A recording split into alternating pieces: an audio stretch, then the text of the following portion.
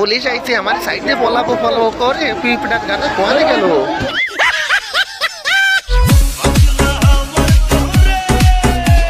ইসলামের কথা বলে আর সন্ত্রাসীদের লালন করে। জামাতে ইসলাম নাকি ইসলামের কথা বলে ভেতরে সন্ত্রাসীদের লালন করে? আমি বিশ্বাস করি না। বাপ্পা ভাই শুধু আপনি কেন, বাংলাদেশের একটা কুত্তায় ওই কথা বিশ্বাস করে না। জালা জালায়ের বাসে না বাপু, শুধু কি তাই ওই নায়েশকি সাল জামাতে ইসলাম নে আরো উল্টো পাল্টা কথা কইছে। বিএনপির সাথে যখন ছিল তখন ভাগ্যে কয়েকটা সিট জুটেছিল। কি কও? ৯৬ সালে ফ্যাসিবাদের সাথে আন্দোলন করে নির্বাচন করেছিল, ভাগ্যে ৩ সিট ছিল। ও দুদু অত লাফায় না, ১৯৯৬ সাল আর ২০২৫ সাল কিন্তু এক জিনিস না। ৯৬ ছিল অন্ধকারের যুগ আর ২০২৫ সোশ্যাল মিডিয়ার যুগ। নির্বাচন করবেন, জনপ্রিয়তা যাচাই করবেন, আসেন না জনগণের সামনে, বিএনপির সামনে। এইবার ৩ সিটও জুটবে না। ৩ সিট জুটবে নাকি পুরো ৩০০ সিট জুটবে সেটা তো নির্বাচনের পরে বোঝা যাবে। তবে তার আগে আমি একটু করে একটু সাবান ডলে দিতে চাই। তবে হ্যাঁ, সাবান ডলে দিতে হলে অবশ্যই শেখ হাসিনার আমলে একটু ফিরে দেখতে হবে। দিনটি ছিল ২৯শে জুলাই, সম্ভবত ২০২৩ সাল। শেখ হাসিনার পতনের আন্দোলন করার জন্য রাজপথে নেমেছিল কিছু নেতাকর্মী নিয়ে। তার কিছুক্ষণ পরে কি হলো আমি নাইবা বললাম, আপনারা নিজ চোখেই দেখে নিন। ওরে পুলিশ আইছে আমার সাইডে বলাবো ফলো করে পিপটার গানে কোয়ারে গেল।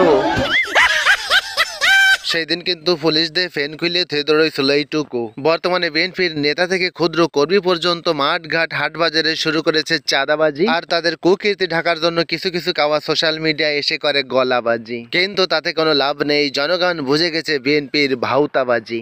পরের দিন টুকুরে যখন সাংবাদিকরা প্রশ্ন আনলো যে ভাই আপনি ওই দিন কিসের জন্য দৌড় দিলেন ওইভাবে, পরে শেষে কি করলো আপনারাই শোনেন। প্রথম থেকে এবং শেষ পর্যন্ত ওই জায়গায় অবস্থান করেছি, কিন্তু ভিডিও ফুটেজে দেখলাম তো আমরা ভিন্ন চিত্র। পরে জানতে পারলাম দৌড়াতে দৌড়াতে কখন যে আপনার প্যান্ট খুলে পড়ে গেছে তাও নাকি আপনি টের পাননি। আসুন এবার টুকুর বর্তমান বক্তব্যে ফিরে আসা যাক। আমরা বিএনপি বলতে পারি এই টাঙ্গালে বিএনপি সন্ত্রাসীদের প্রশ্রয় দেয় না।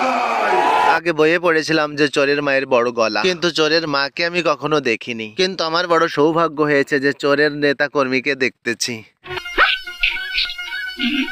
আগামী দিনে বিএনপি কোন সন্ত্রাসী চাঁদাবাজকে প্রশ্রয় দিবে না। জালা জালায়ের বাসিনে বাপু, সারা দেশে জি আর সৈনিক সাজা তুলতিছে দৈনিক, তার খবর নাই, আর হেনে এসে গলাবাজি করতেছে। মাইন্দার কত বড় কারো কি টুকুরে না দেখলি বুঝতামই না। আজকে ষড়যন্ত্র হচ্ছে, নির্বাচন নিয়ে ষড়যন্ত্র হচ্ছে। আজকে অনেকেই কথা বলেন যে নির্বাচন স্থানীয় না জাতীয়। অবশ্যই আগে স্থানীয় নির্বাচন করতে হবে। স্থানীয় নির্বাচন সুষ্ঠু করে অন্তর্বর্তীকালীন সরকারকে প্রমাণ করতে হবে যে তারা জাতীয় নির্বাচন সুষ্ঠু করতে পারবে। এই সরকারের উদ্দেশ্যে বলতে চাই, আপনাদের যে আইন শৃঙ্খলার পরিবেশ যে রকম, আপনাদের দ্বারা স্থানীয় নির্বাচন করা সম্ভব না, কারণ আপনারা দুর্বল সরকার। এ মাইন্দার চুপ কর। যারা স্থানীয় নির্বাচন করতে পারে না তারা কি জাতীয় নির্বাচন সুষ্ঠু করতে পারে? তুই যে কস্তির এই সরকার স্থানীয় নির্বাচন করার ক্ষমতা হারাই ফেলাইছে, তাহলে এই সরকার জাতীয় নির্বাচন কেই করবে? ওই নির্বাচন দেওয়ার মতো সক্ষমতা আপনাদের নাই। কাজেই বাংলাদেশের মানুষ জাতীয় নির্বাচন চায়।